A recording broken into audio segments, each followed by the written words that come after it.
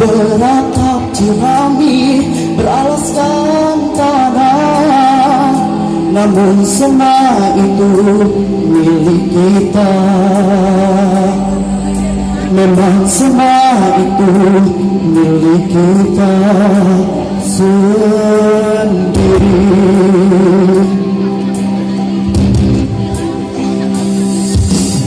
Hanya Allah pagar rumah kita,